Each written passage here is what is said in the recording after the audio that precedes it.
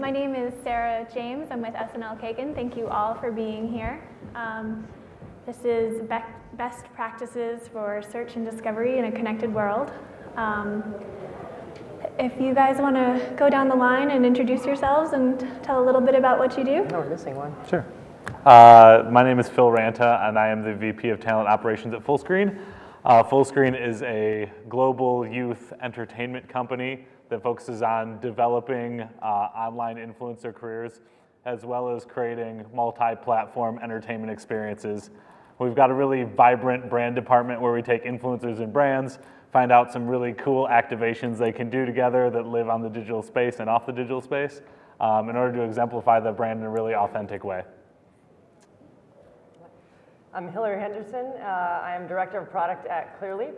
Clearleap is a multi-screen video platform. We have an almost exclusive focus on really premium content owners, so long-form entertainment content, sports content, both live and on demand, and we handle everything from the heavy lifting of the video logistics, the content and logistics of packaging up this video with that metadata, with that ad mark to get it to all screens, as well as the actual management of the user experience and access to that user experience as well.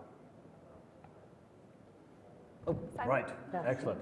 Hi, Simon Jones, Solutions Marketing Director at Ooyala. I got to say, I wish I was a VP of Talent Operations. I think that's absolutely bloody marvelous. Someday, I can dream.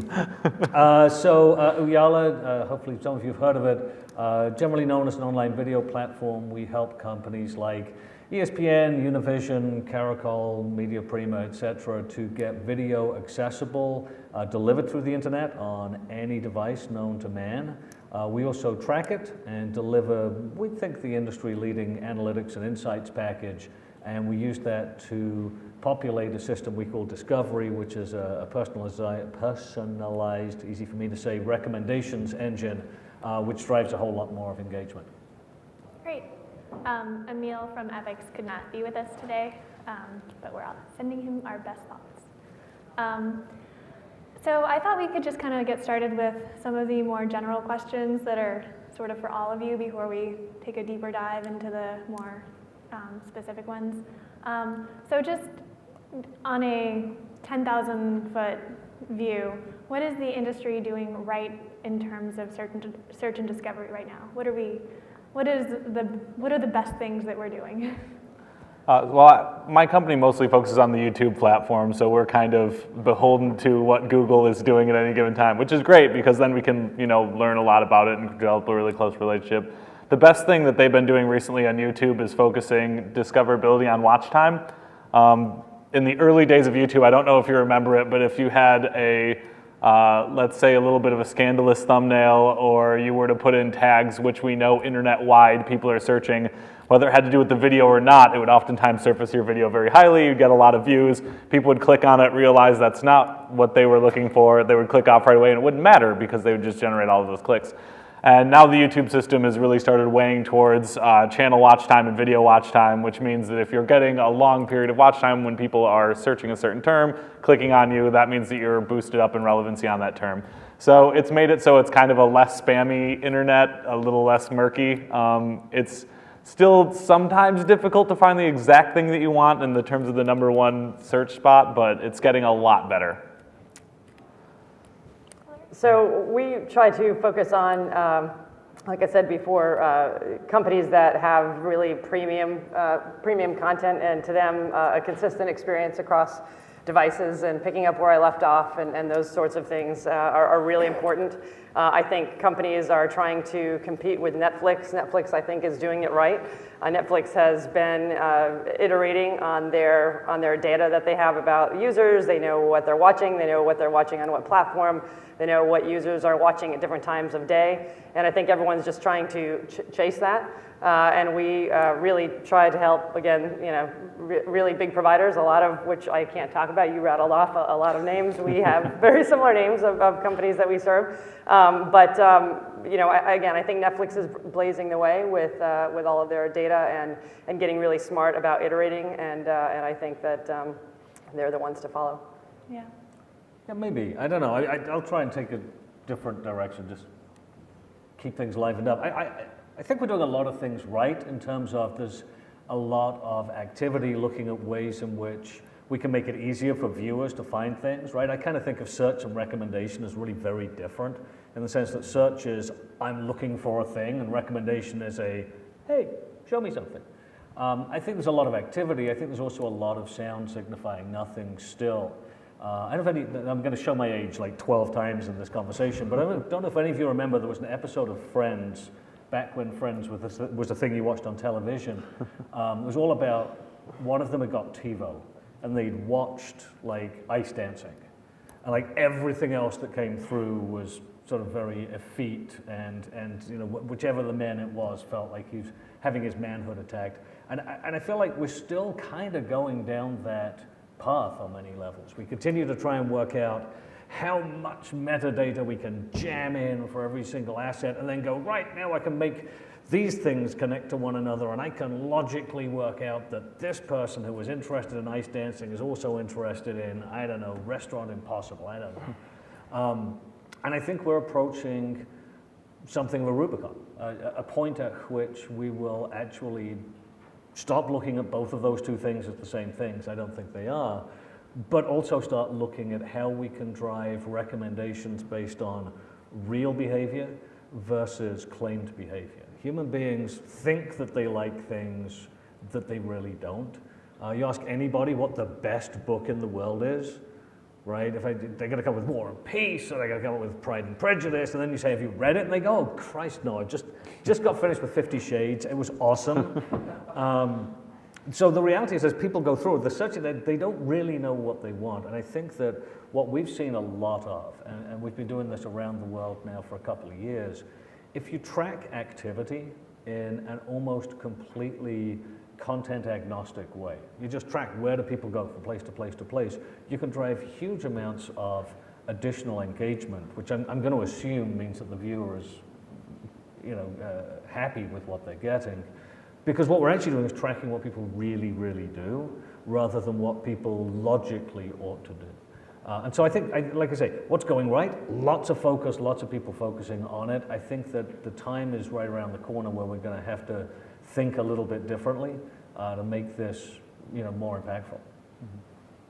Is there a risk to that, where if you're tracking and making recommendations based on their guilty pleasures, that they'll look at their recommended for you and be like, oh, I like cheesy romances with animals in them? Well, that's. I get that already with my I want to Netflix, talk to you so. after this. But no, that's what it does already. Honestly, true story, I in fact purchased 50 Shades of Grey for my wife. She said, I want 50 Shades of Grey. She was all into the whole Twilight thing. I don't know how much. Wait, like anybody. a physical book, or you bought Yeah, it she on her actually Kindle? wanted a book. Oh. She's even older at heart than I am. But so I purchased 50 Shades of Grey. I swear to God, every recommendation on the books for the next 7 months was some steamy bodice ripper.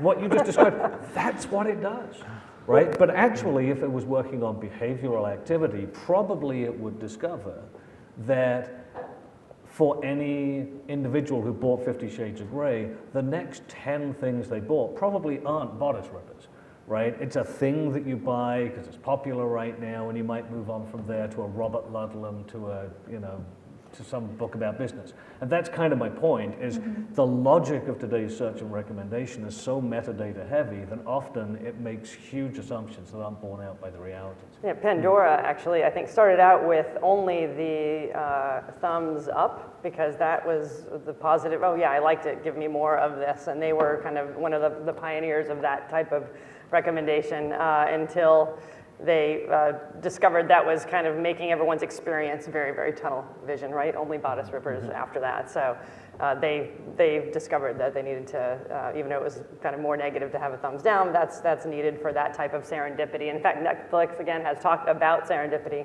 and being important as, not just so algorithmic driven. People like to be exposed to new things. So we've seen a lot of that as well. Well, I think that there's just a problem where we're not, as you were saying earlier, there's not making one-to-one comparisons, right? On Netflix, if you watch It, then they'll say, here's another clown horror movie, right? And it's like, if you watch one clown horror movie, doesn't mean you want to watch another one. But I think that eventually we're going to get to a place where they're going to say, this person bought 50 Shades of Grey, but the next novel they bought is generally not, on a global scale, it's not going to be another 50 Shades of Grey type novel, right? Right. And once we can get sophisticated enough to that where it can create great matrices of patterns, then it can say, well, we can take these outliers that don't fit the pattern, shovel those off so that the pattern can remain intact. And I think the one risk that I would identify from your question, Sarah, is, you know, we work with a lot of newspapers and sort of media outlets around the world, and one of them said to me one time, you know, I'd love to do this, but I need some controls. I said, well, what do you mean? He says, well, let's say that a person is reading a story about this terrible rapist attack in Central Park. It wouldn't be Central Park, it was in England, but never mind. And the next recommended video, just because of behavioral activity, is something about the Prime Minister. So that now pops up in the same place, and someone takes a screen cap of horrible rapist in Central Park, and there's a picture of the Prime Minister. That's a real risk, right? So once you get to the point, if you're doing recommendations based on actual behavior, you have to really think about the user experience to ensure that you don't find yourself dropping pictures that are inappropriate or videos that are inappropriate in different places. So there is a risk in that sense for sure that has to be taken into account when you're pushing recommendations, certainly for incremental views. Kind of building on that, user profiles, obviously they are a major tool for providing personalized recommendations and differentiating between what I watch or what my husband watches and whatever. But I wonder, do you really think that they work, or people actually whenever a family is watching or when a person in a family is watching, are they logging out of the profile that's already loaded and then putting in their login information or something like that, versus are they just staying on what's already up and my husband's getting my recommendations or vice versa? And sort of the role that maybe some connected devices play in that, because I think whenever I use my Roku, it doesn't ask me from which account am I using or whatever. So I think, I'll start. I think if you're trying to own the subscriber, and you touched on user engagement, right? What's the goal of all of this? The goal of all of this is to engage the user more, to get them to consume more content, to be their entertainment provider, to be their de facto entertainment provider where they go. And so if you want to own that subscriber, and that's your goal, and you want to be their entertainment provider, then I think user profiles and knowing what they specifically watched, because invariably they're probably going to live in a multi-person household, whether it's roommates or whether it's a family, having that concept of a user and being able to attach that user to their experience and filter that experience to them specifically is really, critical. right. I think it's also I think that younger viewers that are just coming up are going to be more profile based than older viewers are now. I know personally, whatever Netflix account's on in my household, I'm going to watch it. But also you see the kids coming up with YouTube, like they're very tied to their subscription feeds. They depend on what surfaces on their front page based on what they have. They know when they sign on that it's not their profile, and they will sign off and sign back on in order to get their stuff. So I think that as they're starting to grow up with that kind of mentality of, I want my recommendations, I want my curation, they're going to start logging out of Netflix and logging into theirs. Right. Yeah, I think it depends. I mean, God knows I need to check into my account when I switch on Netflix, because I've got 3 small children in my house, and otherwise I'm watching Lab Rats and kicking it all evening. And that seems creepy somehow. A lot of interesting tastes going on. Yeah, I in your tell you what, family. yeah, well, we like to keep it real. But by the same token, the challenge you have with the kids and YouTube, for instance, like my 7-year-old, I'm slightly horrified to say this, is absolutely obsessed with Stampy Cat. And if you haven't heard of Stampy Cat, look him up. He's making a ridiculous amount of money. He basically plays Minecraft while filming himself and then publishes it and gets like 30 million views every time he does it. It's ridiculous. The challenge I have with that, of course, is that he can't really have a personal profile because he's 7. And so that does skew things. I think generally speaking, personal profiles are very valuable. Mm-hmm. I'm not yet convinced that from a user experience perspective, most services have really aced how to do this. I think Netflix actually, and I'm normally kind of a bit weird about Netflix because it's such a complete black swan, right? It's like nothing else. But they have done a really good job of the of the user profiles within their systems, because it comes up and you have to click on one. So Right. why would you not click on yours? Whereas with a lot of them, it doesn't really prompt you. So I guess, for me, the jury's very much out. I think until I see the user experience has shifted such that we expect when we go on there to say, yep, this one's me, give me my stuff, it's very difficult to tell how valuable they're going to be. Right, right, and sort of the balance between, are they, like Hillary was saying, they're incredibly useful for the companies that are providing this content, because instead of just providing household data, now you're getting person-specific data. And so, but versus how useful are they for the consumer? But it's interesting. So where does promoted content come into play as you're thinking about like a recommendation platform and, this, like things that you recently watched or recommended for you, and then maybe content that's promoted that isn't necessarily fitting in with some of the stuff that the person has watched before, but that has a paid placement. So do you put that up top? Do you put it in the bottom? I mean, how clearly are you marking it? Well, I'm all about stories today. So a couple of years ago, I was sitting there watching cable, right? And I'm watching Everybody Loves Raymond. I don't know why I remember it was that, but it was. And at the end, the credits came up and they played the music. And it struck me, I had never heard the end music to Everybody Loves Raymond before. Because when you're watching first-run television, they don't play the music at the end. They're too busy trying to get you to hang on to watch the next show. You watch tonight. If it's never occurred to you before, watch it tonight. They're ready. Come on, oh, you're ready for the next one. So, I think that we are accustomed to being pushed to the next thing, right? I like to say the pay TV system already has a very effective recommendation system.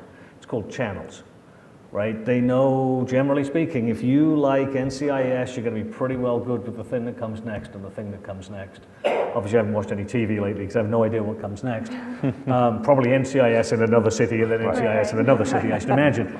But we're accustomed to that. And so I think that promoted content has a very important place in the recommendations process, because one of the reasons my kids actually do still use television, a lot of people say their kids don't use TV. My kids use TV. The reason they use it is eventually they've binge-watched everything they know about, and they don't know what the hell else is on. So they go and sit and watch Disney XD or Cartoon Channel or whatever, and they find one, and then they flip back over. So I think that giving that opportunity for promotion is actually kind of the lifeblood of the next show that you're going to go watch. So any system that the people are putting in place really has to allow the flexibility to say, you know what, this show is really popular. You can't do everything with algorithms, right? If you really loved watching Friends, heck, I'm going to go and see if you'd like to watch How I Met Your Mother, because I think you would, and that's my best way to expose that new show to the most amount of people. Yeah, I think it's very important to have that ability as a content aggregator, as a content distributor. Like you said, that was done before with channels. And that wasn't really recommendations. It's just, hey, we have this new show, go watch it. And so I think, users, again, I think the subscription bundle, the idea of that isn't going away. I think it's going to persist. I think it's just going to start taking different forms, especially as you see HBO and CBS start to go over the top and look at how they're going to offer that to subscribers. And is that going to be through your internet provider? Is it going to be through some other gatekeeper? Is it going to be? It's not going to be, strictly pay TV. They're kind of making moves. But I think the idea of owning a subscriber again and being able to present content is going to live on. And so all the mechanisms that kind of exist today will exist, but better in better forms. Sure. Yeah, promoted content is great and it's necessary. It's great when it's done well, and it's a disaster when it's done poorly. I can name many times where on YouTube I've searched for something and the top 2 videos that showed up that are in the little promotion box are miles away from what I was looking at, and it doesn't reflect me at all. A lot of platforms are doing this because the people who can actually pay for those promotions are generally big brands. A lot of big brands are making glorified commercials. Those glorified commercials show up at the top, and if you're searching for something that actually entertains you, it's generally not a commercial. It's one of those necessary evils to any platform. They've got to make money, but you know, I think that there are smarter ways to do promoted content, and I think it all starts with the content. You know, people need to be making like if someone was making a branded piece or a promoted piece that's, you know, like How I Met Your Mother, it's way easier to seed into something than if it's just a car driving down a road. So I think promoted content is coming into its own. I don't think it's there yet. That says Matthew McConaughey in it, in which case. Right, exactly. Matthew McConaughey doing the finger thing. The finger thing. Great. Phil, can you talk a little bit, and this is more of a segue, but talk a little bit about your viewing coming from laptops and computers versus mobile viewing versus connected television or connected devices and smart TVs and so on? Yeah, absolutely. So I started at Fullscreen around 2012. I've been working in YouTube companies since long before that. But in 2012, when I was finally able to get my hands on the big data, we were, you know, 35% maybe mobile and tablet, and now in 2014 we're closing in on 60%. So the rise has been meteoric, and it came it's just been huge. But what's really been great about that is we've been able to actually think about, okay, viewership habits are moving towards mobile and tablets. What does that mean? Well, instead of having to click around or being able to type as much, it's all about just being able to touch the screen as often as possible. So, I mean, if you just watch a 13-year-old watch YouTube on a mobile phone, you will learn so much. Just make sure it's not creepy, but just watch a 13-year-old on a mobile phone watching video. It's incredible. There's only like 2 recommendations that are above the fold when they have the video coming in. They're generally going to click on those next. There's not a lot of type searching outside of the first search. So it really is about, you know, making sure that thumbnail really pops, making sure that you're keeping people within your channel environment, making all your thumbnails have the same kind of vibe and branding on it. This stuff is starting to get more and more important, and the people who are staying ahead of that are going to be able to retain viewers, and the ones that aren't are just going to drop away. Yeah, that was really at the heart of the question, is like do different devices require different search and discovery tools, and like how, you know, is that something that people are doing well right now? Oh yeah, I mean, it's if you just think about how you watch video on your phone as opposed to your computer. On your computer, you're constantly typing. I've watched people like everybody in this room go on YouTube, and they will search for something, they'll watch something, and then some of the time they'll click the stuff on the side, but a lot of times you'll go back to that search bar. On mobile phones, there's just not as much of that. People will just keep clicking around on things. So yeah, it becomes way more important that you learn how to keep people inside of your channel environment. And I think YouTube's been doing a lot of steps in terms of, you know, making annotations now accessible on mobile and making the description box pop a little bit more. That stuff is really going to help retain people on your channel.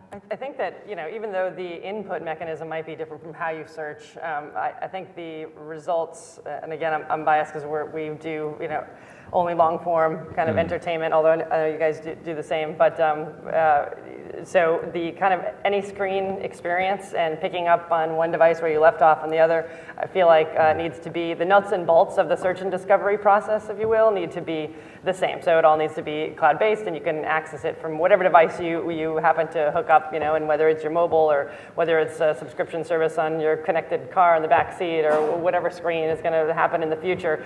If I, you know, type 2 letters, I want to get those same 2 results up on that screen. Or you know, I want. Now, I think there is some room for experimentation around what types of content people watch on different devices. So if you have a mix of short and long form content, or if it's a certain time of day, I think data can really be leveraged. There can be more experiments around what kind of content you're surfacing on different devices. Right. But I think in general, the experience of it should be pretty consistent. Yeah, I think that's true. I mean, you know, like yourself, Phil, we've done a lot of tracking of the big data, and thank you for letting me be second to say big data. I always try not to be the first one to say big data. But, you know, we track all of the stuff that runs through our system, and it's stupid numbers of pings that we're picking up, and we run a quarterly video index report to tell people what we see. What we've seen, just like yourself, obviously nobody's surprised to hear that the amount of video that comes through mobiles and tablets is, you know, sort of hockey sticking up to the right. But what we also see is that what people do with those different devices is terrifically different.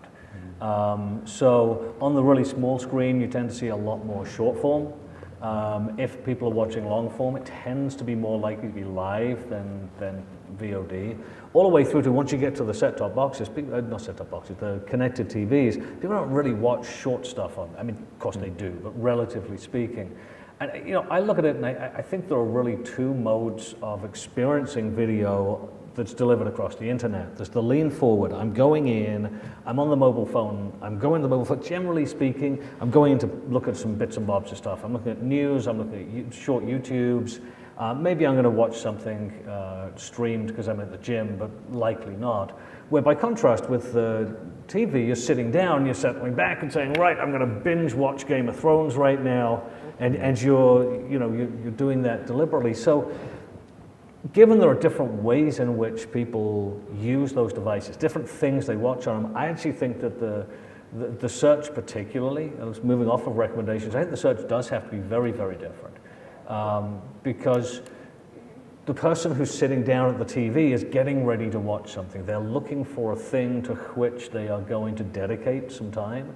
Relative to, I've got the phone, I'm doing a thing, I'm kind of snacking, if you will. It depends on the content, though, right? Whether search needs to be different. Because if I am binge watching Game of Thrones, I don't want to have completely different results on my iPhone, or I wanted to know where I left off, but wanted to know I might like other content like Game of Thrones. No, that's very true, and I think one does do the same things. I mean, there's that crossover point, right? It's a what are those things called, Venn diagram.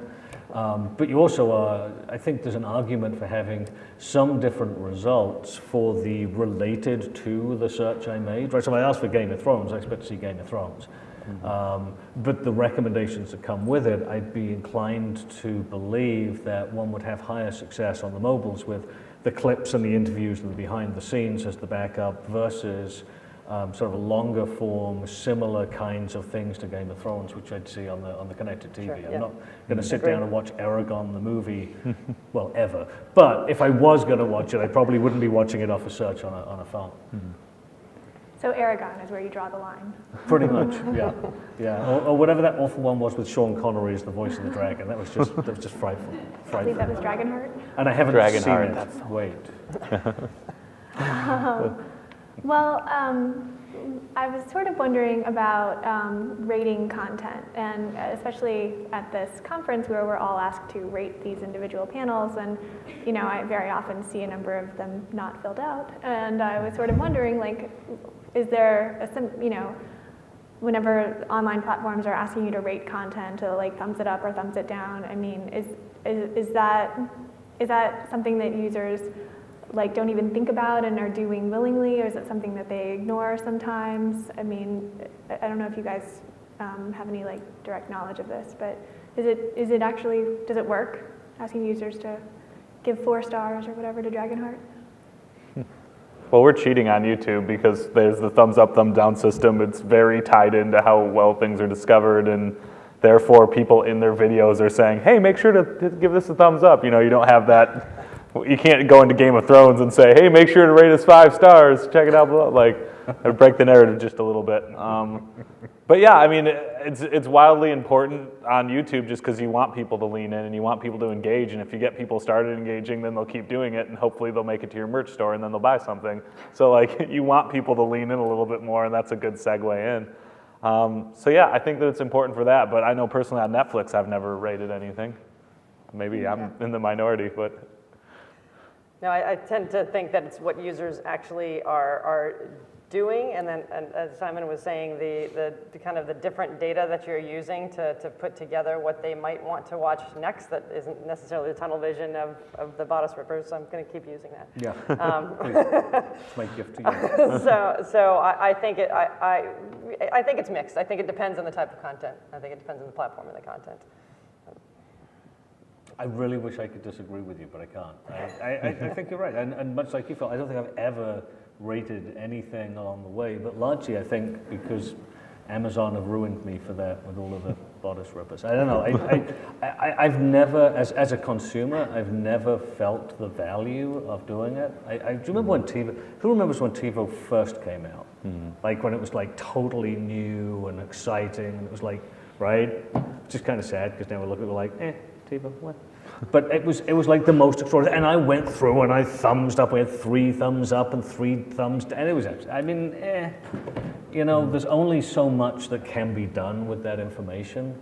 And again, I go back to my belief that the human animal doesn't really know what it likes. So I would say, I like this and that and t'other, and then they'd recommend something which logically should totally be in my wheelhouse. They'd be like, I don't want to watch Aragon. I just don't. In terms of talking about different devices and how they're used, I was sort of wondering, I remember a couple of years ago, like the iPad remote was the big deal at the cable show, where it was like solving the search problem where you could type in what you wanted to see using your iPad, and then now you didn't have to have a keyboard on your remote or whatever. So the second screen as a tool and or solution to the search problem on the television, yes or no? Do you guys believe in it? Remains to be seen. Remains to be seen. We've been working with a company in Australia called Foxtel, who released a service called Presto. It's basically Netflix before Netflix get there, so they can, sort of establish a beachhead, truth be told. But the Chromecast thing is very much the quintessence of what you're asking about. You look for things on the iPad and then you flip them up onto the TV. I think it's intriguing. The fact that Google are investing more in Chromecast right now tends to suggest that it's working out. As of now, I see no data from anywhere that says, yep, that's totally working. People totally want to have 2 devices, and the one that they're watching the video on isn't the one they have in their hand, but they want a thing that does stuff. I don't see any evidence of it yet. Yeah, I would echo, Chromecast, exactly. I think they and AirPlay and those types of devices are doing it where, again, you're having the same experience on your devices, but one's much better suited for typing in letters, and then you're just throwing it to the TV. I think there's definitely a place for that. I think, though, that it's just searching on a TV is not a great experience and never will be. So I think as a content distributor, you need to structure your experiences in a way that are super intuitive, don't have any dead ends, give the user what they want next without them knowing that they want it next, and really make it a discovery process other than a search. I mean, obviously you need to allow for that, but I think it's the importance is lessening a little bit. Yeah, I hope that system works in the future, but I feel like as consumers, like people just don't want to learn a new thing. Like they hear something like that and they're like, oh, so now I have to download this app, I have to learn how to use it, and then I flick it to my TV, and if it breaks, I have to bring someone to fix it. Like it just feels tedious, even when it's not. So, I mean, I think the only second screen experience that works now is Twitter. I don't know if there's going to be something I mean, I know like WWE, they have 3 trending topics every single time they have a show coming on. People are discussing around it, and then they're going to go turn on the TV so they can be part of the conversation. Like, that's pretty brilliant, and it works really well. I think that until another system comes where you're getting immediate results and you can join a social conversation really quickly based on whatever this technology thing is, so people feel incentivized. I think until that comes along, it's going to be really hard to dethrone Twitter as the only second screen experience that's really moving the needle. Well, I mean, I'd build on what Hillary said as well. Is I think that the concept that you're going to be constantly searching is kind of yesterday's idea, right? So, I mean, we all remember when Netflix was new, you'd search and you'd find a thing and you'd watch the thing, and it would stop, and you'd search and you'd find another thing and you'd watch the thing. And yet, meanwhile, 10 million people a week watch one of those awful Discovery Channel offshoots. I always talk about Discovery ID. One of Discovery ID, every show is either, did he kill his wife? Yes, he did, the bastard. Or did she kill her husband? Yes, she did, and he was totally begging for it. That's the channel, 24/7. More people will watch that than almost anything on Netflix over any given point in time, because you sit there and it just keeps going. And if you're in the mood to watch the guy getting his comeuppance almost without fail, then you can watch that till 2 o'clock in the morning. So I think that there's the idea of like the constant search and find is sort of a bit 1999. Now we want to search, and then we want to be entertained. And we want to sort of have that first thing. And yeah, I know they've put on the thing where it just keeps playing all of the episodes until you couldn't bear another episode of How I Met Your Mother for Love Nor Money.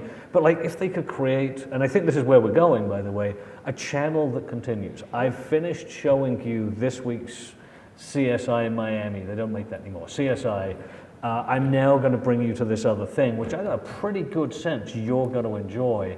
That's where you see the crossover point, I think, from the digital TV, Netflixy thing, which feels different to television, and it just becomes television. I'm going to find my thing, and there you're just going to keep entertaining me until such time as I'm bored, and I would have flipped the channel, maybe I do a search, but I don't want to have to search every time a show finishes. Yeah, no, exactly. If you are someone's entertainment provider, then you have to be able to keep them entertained and keep on giving them stuff, and content should find them. So. Right, because Netflix right now, if you like reach the end of a series, it just gives you like that option of like 4 similar shows, but it doesn't automatically bleed into it. And then, like you said, it keeps going episode through episode in a single series, as opposed to like being like, oh, I see you've watched 5 episodes of Gilmore Girls. Perhaps you'd like Felicity or something like that. And like. It's interesting how we're all revealing our watching taste. Yeah, which by the way, you get halfway through like season 2 of Breaking Bad, you're like, dear God, no more, please, just give me something, give me Adventure Time, that'll be fine. That's true. You do need a chaser when you're in the middle of Breaking Bad. In terms of, and this is really for all of you guys, there seem to be 2 sort of separate models emerging in over the top, where one being fragmentation, where each network is getting its own over the top dedicated app, versus the aggregation model, the Netflix model, the Hulu model, whatever. And I sort of wonder, what are the pluses and minuses in terms of search and discovery for each? Like, does the more dedicated app allow you opportunities like you're saying, where if you watch NCIS and then it's a very good possibility that you're going to want to watch The Mentalist, right afterwards or something like that, versus, if you watch NCIS and then want to switch to a procedural on another network, I can't think of any. I don't know. CBS like owns the procedure, the cop procedurals. You couldn't do it on your one dedicated CBS app. So if you think, how do you guys think about like the pluses and minuses of these 2 different models whenever it comes to search and discovery? The bigger ones can just learn better, or they should be able to learn better. If there's more data coming in, they should be able to curate automatically in a more magical way. But the big plus that I have with something like an HBO Go, which is very limited in scope, is that HBO is just, everything has one vibe, right? If you're an HBO fan, if you watch Game of Thrones, then you're the type of person who probably likes one of the other shows or multiple. Like, I'd love Rome because I love Game of Thrones. But so it's that makes recommendations very easy, because they could put almost anything at the end of it and it's pretty relevant. So, I think there are pluses and minuses to it. I think Netflix has a better opportunity, just because if they can just nail that concept of, get rid of the outliers, make sure that it's very targeted things that are surfacing that are based on real interactions and not just based on this is another clown horror movie, then once they crack that code, then that's really powerful. I think there are opportunities too for content providers, particularly those who might own more than one brand of content, to merge their brands together and become more like distributors, like service providers. AMC recently took a big stake in BBC, for example. So, that's a great opportunity for them to come together and really offer these content providers coming together and offering a more Hulu-type experience. That's a consortium that's owned by several providers, because I think that, the discovery play is discovery, not the channel, but content discovery is more suited to those who have a whole lot of content. I don't think there's better or worse, but I just think you know what you want, and if you're in a single kind of branded app. Interesting.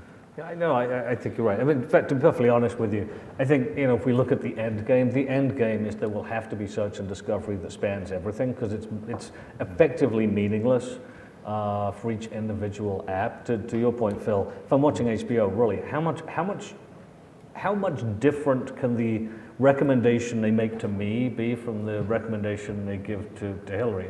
There's only so much there, right? So long term, there has to be some way to do a broader search And I think we're entering into a period where, so this is just my own personal belief, for what it's worth. I think that all of the content providers are building their own apps. They wanted to have their own island.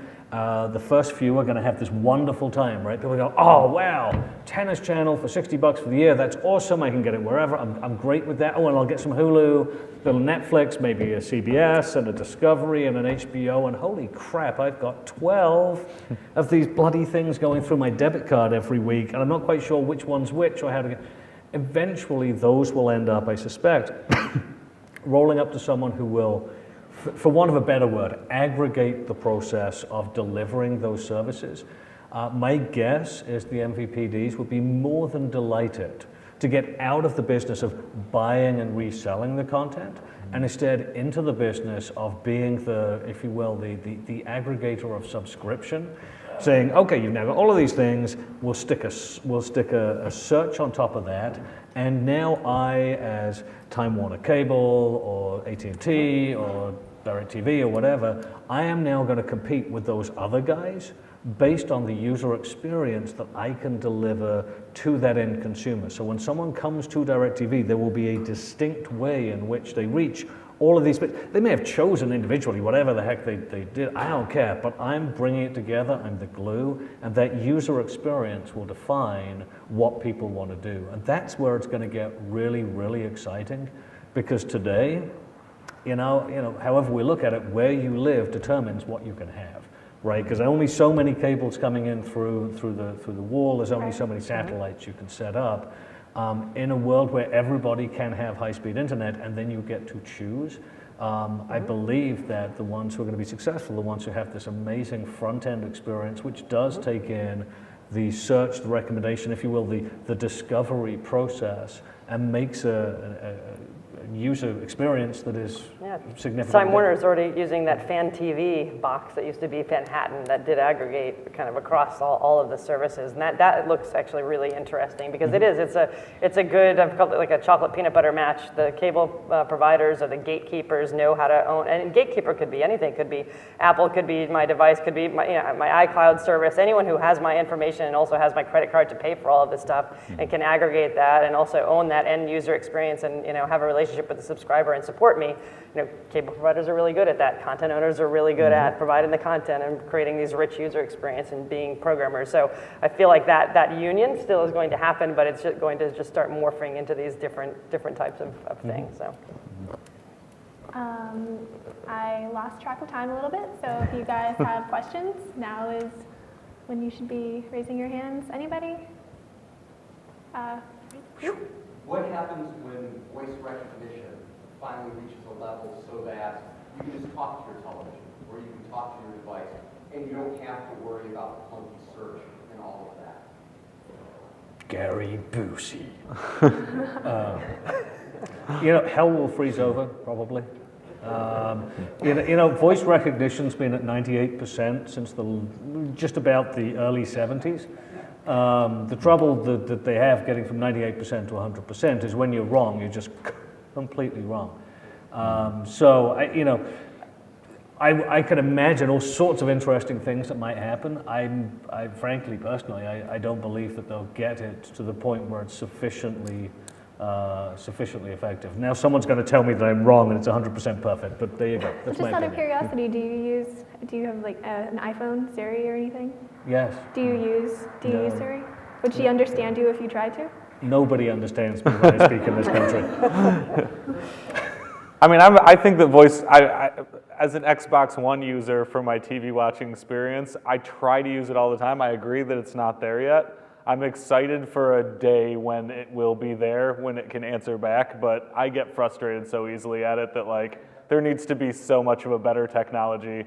So I'm just waiting for someone to launch it. I'll try them all, like the new Amazon thing, I'll try it, the Alexa or whatever. But yeah, I'm gonna keep trying, and someday it'll come through for me, I hope. In the back?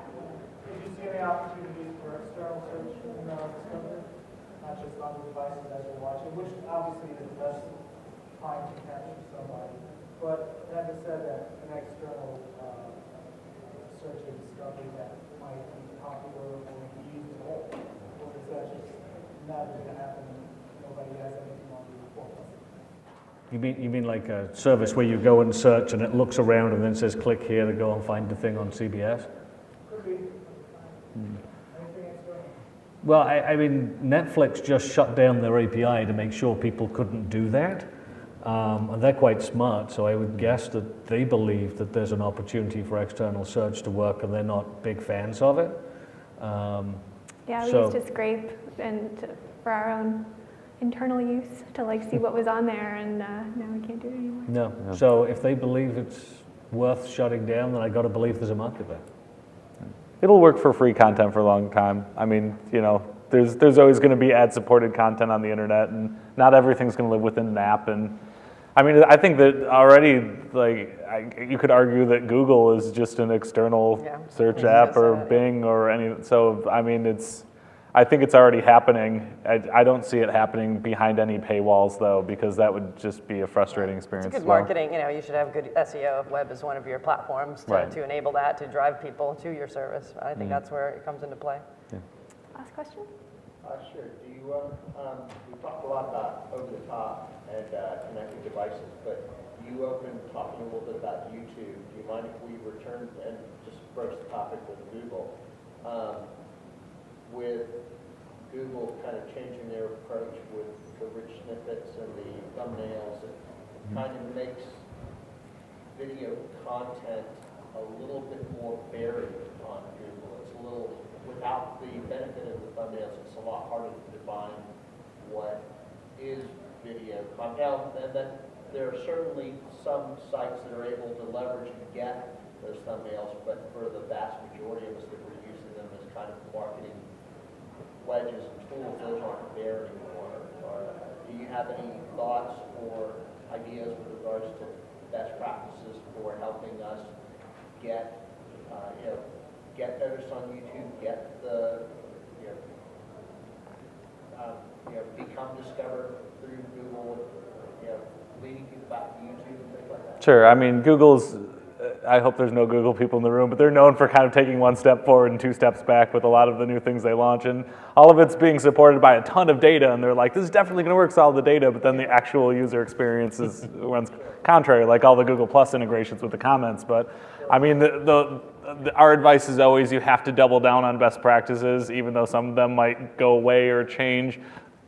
I mean, don't depend on Google is another good,